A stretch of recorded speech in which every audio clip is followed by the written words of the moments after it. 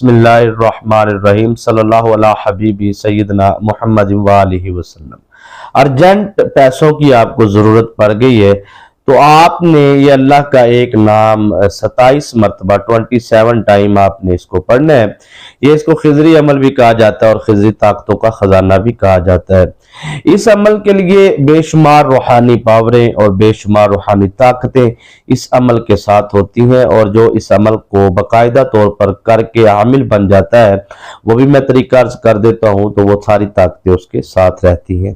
ایک ایک لفظ آپ نے توجہ سے سماعت فرمانا ہے وظیفے کا، جو میں آپ کو وظیفہ بتانے جا رہا ہوں۔ تو انشاءاللہ العزیز اگر آپ نے بتائی گئی شرائط کے اوپر اور بتائے گئے طریقہ کار اور ٹائم ٹیبل کی پابندی کرتے ہوئے آپ نے اس عمل کو کر لیا تو آپ جب اس کے عامل بن جائیں گے۔ اچھا، اس عمل کی یہ بہت بڑا کمال ہے، بہت سارے اعمال ایسے ہوتے ہیں، وظائف ہوتے ہیں جن کو کرنے کے بعد انسان اس کا جب عامل بنتا ہے پھر اس کے فوائد شروع ہوتے ہیں۔ اس عمل کے بارے میں میرے مشاہدات کے اندر، میرے مجربات کے اندر، یا جو ہمارے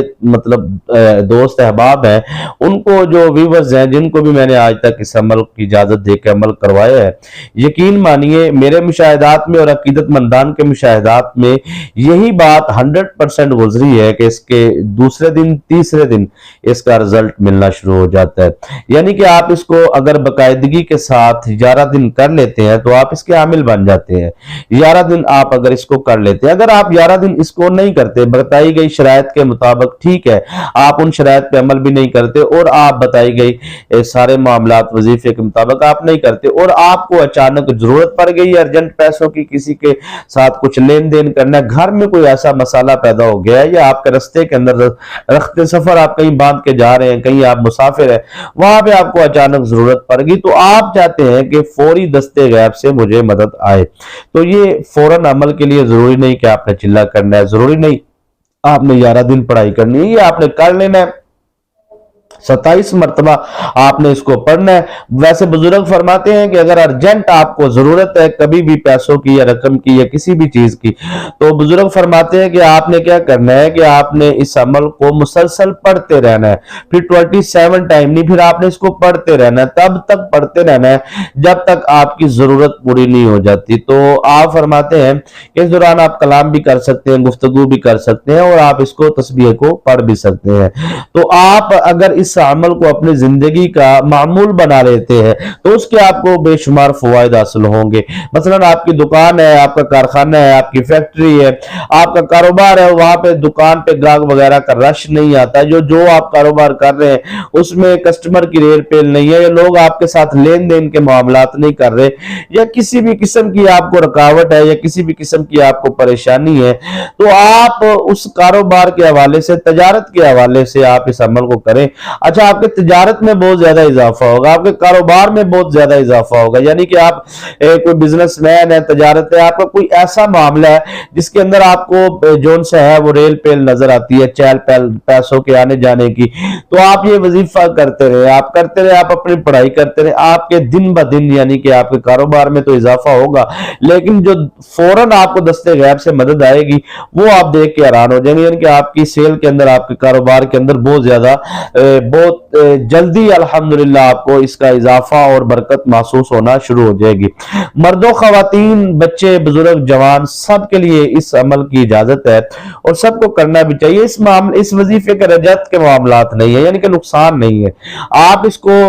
بطور 11 دن چلہ کر لیں، عمل کر لیں، اس کا وہ آپ کی مرضی ہے، نہ بھی کریں۔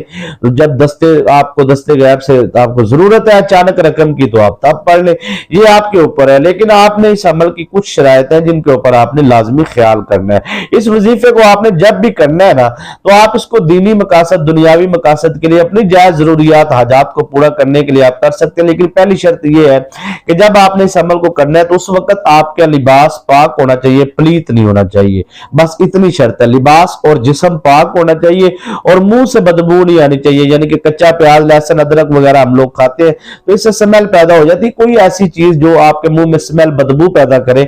وہ آپ نے چیز کا استعمال نہیں کرنا۔ اور بے توفیق اگر آپ صدقہ دے دیں تو سبحان اللہ کیا ہی بات ہے، وظیفے کی کامیابی کے بعد تو آپ کو چاہیے لازمی کہ آپ صدقہ لازمی دیں جو اس عمل کے موکلات ہیں ان کے لیے۔ اس کے بعد آپ نے جو ان سے ہے آپ نے جسم کا پاک ہونا، وہ میں نے عرض کر دی ہے، لباس کا اگر باوضو ہو کر آپ اس وہ باہتمام طریقے سے پڑھتے ہیں، یعنی کہ آپ اس کا اہتمام باقاعدہ طور پہ کرتے ہیں، اس کی تعداد تو 313 مرتبہ ہے کہ آپ باہتمام یعنی کہ آپ کا لباس بھی پاک، جگہ بھی پاک، باوضو خوشبو لگا کے باقاعدہ طور پر آپ عشاء کی نماز کے بعد اس عمل کو کرتے ہیں، تو آپ اس وقت 313 مرتبہ اس کو پڑھیں، تو آپ کا یہ آپ کا باہتمام طریقے سے۔ لیکن اللہ تبارک و تعالی جل جلالہ کے فضل و کرم سے آپ جس بھی مقصد کے لیے کریں گے اللہ پاک کامیابی دیں گے، کیونکہ اس بات پر آپ کا اور میرا اس بات پر یقین کامل ہونا چاہیے کہ بے شک جو اللہ تبارک و تعالی جل جلالہ کی ذات سے سوال کرتا ہے، جو اپنے سونے رب سے مانگتا ہے، وہ کبھی بھی کسی کے سامنے ہاتھ نہیں پھیلاتا، سوال نہیں کرتا، اللہ پاک اسے دست غیب سے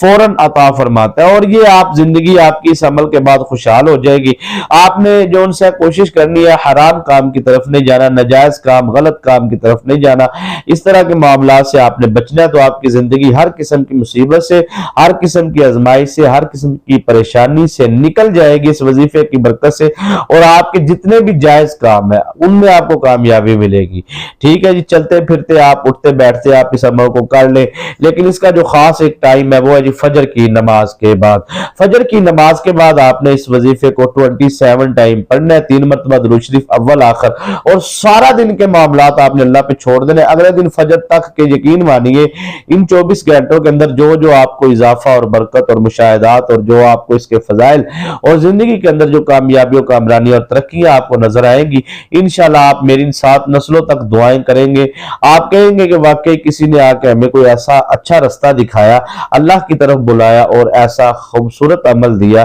جس کا فوری رزلٹ ہمیں میسر آیا۔ تو یہ عمل آپ نے زندگی میں خود بھی کرنا ہے، اپنے دوست احباب کو صدقہ جاریہ سمجھتے ہوئے ان تک بھی پہنچانا ہے، اور انشاءاللہ العزیز آپ بھی کامیاب ہوں گے، آپ کے دوست احباب بھی کامیاب ہوں گے۔ لیکن ریکویسٹ یہ ہے کہ جو میں نے پیچھے شرائط بتائی ہیں اس وظیفے کے بارے میں، اگر سکپ کر کے آپ ویڈیو دیکھ رہے ہیں تو آپ کو چاہیے کہ وہ پہلے شرائط سن لیں جو 3-4 منٹ پہلے بتائی ہیں میں نے، تو ان تمام شرائط پر آپ نے عمل کر کے اس عمل کو کرنا ہے۔ تو انشاءاللہ دکان پر گاہک کسٹمر کا رش بھی ہوگا، آنا جانا بھی لگا رہے گا، کاروبار میں ترقی بھی ہوگی، کامیابی بھی ہوگی۔ ذاتی نوکری کے لیے آپ کرنا چاہتے ہیں یا ذاتی مکان یا ذاتی گھر کے لیے آپ کرنا چاہتے ہیں تو انشاءاللہ العزیز آپ یہ وظیفہ کریں، اللہ پاک آپ کو کامیابی عطا فرمائیں گے۔ درود شریف آپ 3 مرتبہ اول آخر پڑھیں، اگر آپ نے جو ان سے فجر کی نماز کے بعد پڑھنا ہے 7 مرتبہ بھی درود شریف اول آخر پڑھ سکتے ہیں۔ ٹھیک ہے جی، آپ 3 مرتبہ پڑھ لیں، 7 مرتبہ پڑھ لیں، آپ کی مرضی ہے۔ آپ نے جو ان سے عشاء کی نماز کے بعد اگر کرنا ہے تو پھر آپ 7 مرتبہ درود ابراہیم پڑھ کے 313 مرتبہ اس وظیفے کو آپ پڑھیں، اور اگر آپ نے فجر کی نماز کے بعد پڑھنا ہے تو آپ نے 3